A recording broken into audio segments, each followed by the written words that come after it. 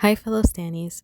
Welcome to my Friday recap where I recap all the shows I watched throughout the week. If you're new to my channel, welcome, and if you're returning, welcome back, grab a snack, and let's get right into it. I will also be saying who's eliminated from the show, so if you haven't watched yet, you might want to pause and come back, or you can also hit the like button so you can come back to the video. Starting with Dancing with the Stars, we are at week 6, and the theme was Wicked Night with special guest judge John M. Chu. So I'm just going to go through everybody in the same order that they danced. Starting with Scott and Riley, they did a contemporary to The Wizard and I. I agreed with their scores. I love him as a person, but the dance didn't do anything for me, and I'm really not sure what they would need to do going forward to elevate. Next was Alex and Val with a jazz to What Is This Feeling? I don't agree with John M. Chu's score of 8.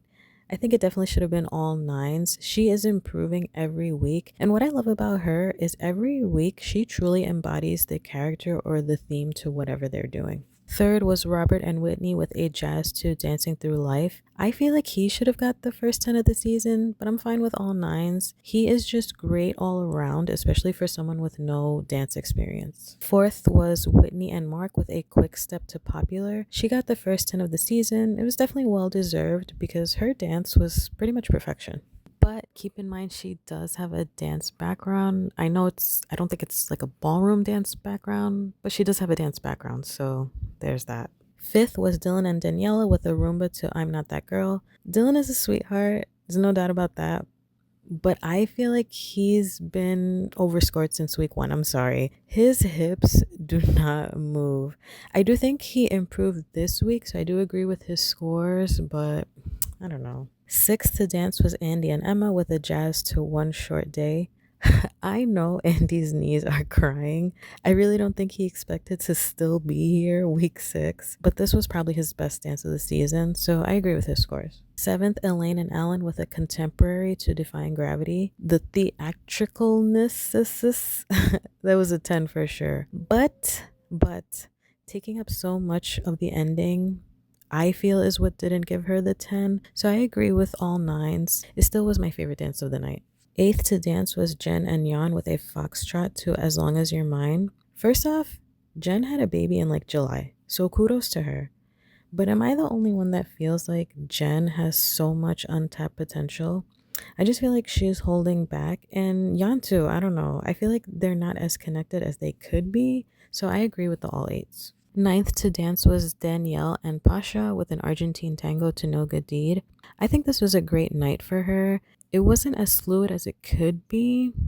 I think there could have been 1-8 in all 9s for her scores. Closing the night, Jordan and Ezra with a Roomba to For Good. I love her. I know the judges have been saying they feel like she's not giving passion. I totally disagree. The tricks they do, not only does it take skill and technique, but it takes trust. You have to trust each other, and I feel like that shows. So I agree with the scores. Scott and Riley were eliminated. I'm not surprised, honestly. Like I said, I love him as a person, but it wasn't shocking to me. I just can't believe Andy is still there, but that's why you have to vote. Moving on to Survivor, episode 5. On the new Kelly tribe, Shannon feels like she's at the bottom. Steve and MC think Shannon is doing too much.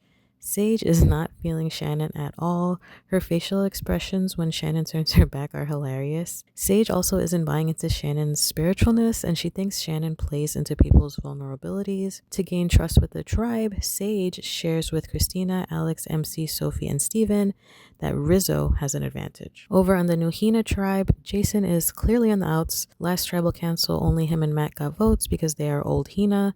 Joanne and Jason bonded over Pokemon, and I feel like if circumstances were different, they definitely would work together. Joanne is also at the bottom of his own alliance, and he is constantly annoying Savannah, who sees him as an option to vote out alongside Jason.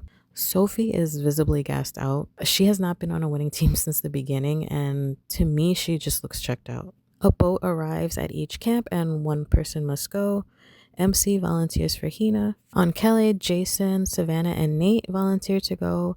A rock draw is used, and Joanne subtly and flawlessly, if I might add, manipulates the draw to ensure Nate is sent instead of Jason. Nate and MC are tasked with a sandbag challenge.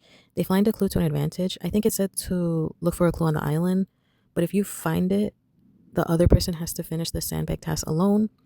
And if they don't finish the sandbag task, they'll both lose their vote. Nate knows MC will most likely find it if she looks, and he knows he cannot finish lifting the sandbags alone. So Nate convinces MC to work together until there's one bag left, and then she can go look while he watches the hourglass. When MC goes to look for the advantage, Nate abruptly calls her back, claiming time is up. MC is immediately suspicious, wondering if Nate intentionally cut her search short because when she comes back, it seems like she had more time to keep looking. Kelly wins immunity and a reward of a rooster and 3 hens. Despite being advised by Savannah to pitch himself as kind of a swing vote and briefly considering a counter move against Rizzo, Jason could not rally the numbers. He was voted out, making him the 5th person eliminated. And I'm sad because I've lost all my predicted finalists, which were Jake, Annie, and Jason. I don't mean to toot my own horn, but I usually make my predictions maybe by like episode 5 of who's going to be in the final 3, and at least one of my predictions usually makes it, and I don't know, it just didn't happen this time. Last but not least, The Amazing Race. We are on episode 5. The teams flew south to Dubrovnik, Croatia. Tucker and Eric were first to depart, followed by Natalie and Stephanie, and Izzy and Paige. The teams first faced a detour with 2 options, Fisherman's Hall or Skinning Fish. Tucker and Eric, Jag and Jazz, and Joseph and Adam picked Fisherman's Hall, and everyone else chose to skin fish. And Rubina got a nasty cut while doing it. Oof, looked like it hurt. Tucker and Eric finished the detour first and arrived at the double U-turn, deciding to pass on it to avoid burning bridges. Jag and Jazz get there second, and they decide to U-turn Izzy and Paige because it's obvious Izzy is never going to work with them. Side note, why exactly does Izzy not like Jag again? I can't remember anything specifically that happened. I know people were mad at Jag because like he was isolating Felicia or whatever, but I don't know if there's something I'm not remembering. Joseph and Adam were third and chose to U-turn Rubina and Christine, reason being because they wouldn't have wanted to use it on anybody else. So Izzy and Paige and Rubina and Christine were forced to go back and complete the other detour. When Kyland and Taylor see who was double U-turn, Taylor makes a comment like, oh, it seems like this is against the girls. Like, girl, your ex-boo is the one who picked Rubina and Christine. So in the roadblock, one team member had to assemble a Croatian cart and then race it downhill, completing the course in 36 seconds or less. While Tucker was assembling his cart, Eric overheard Kylan and Taylor discussing a supposed gentleman's agreement against the girls, which is definitely not true, at least on Tucker and Eric's part, and now Eric is thinking that they have to watch out for Kylan and Taylor.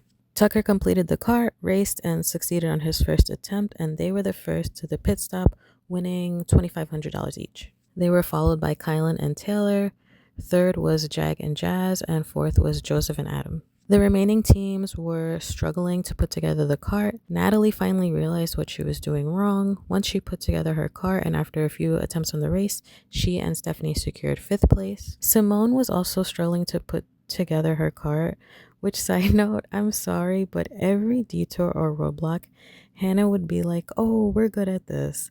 Like in the beginning, the hockey puck shot, she was like, oh, Simone had ice skating lessons, so she could do this. And it took her a lot of attempts. For this episode, Hannah was like, oh, I'm in med school, I can cut the fish, which they struggled with, so much so that they even tried to switch detours, but they couldn't find it. Then with this roadblock, Simone was like, oh, I have a knack for building things, and I like building blocks, and she still struggled with putting the cart together and was asking for help. The dancing one in a previous episode, they did flawlessly. I'll give them that. It was just funny. Every time I heard Hannah say, oh, we're good at this, I was like, oh no. Chelsea, Paige, Simone, and Christine all struggled with the race portion. Chelsea kept bumping into things, but finally succeeded, bringing her and her dad Jack to 6th place. Paige eventually got it, making her and Izzy in 7th place. The last two were Christine and Simone. Simone couldn't really seem to get it. Like, once I guess she saw she was slowing down, she wouldn't even like complete the race. She would kind of just go back up the hill. Christine had a mini meltdown.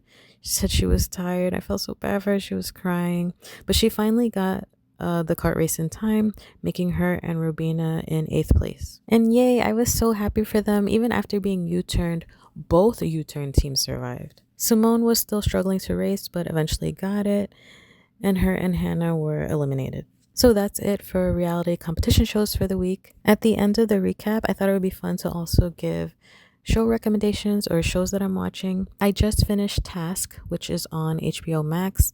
The season finale was this week, and the show is so good. I was crying at the end. Another show on HBO Max, The Chair Company.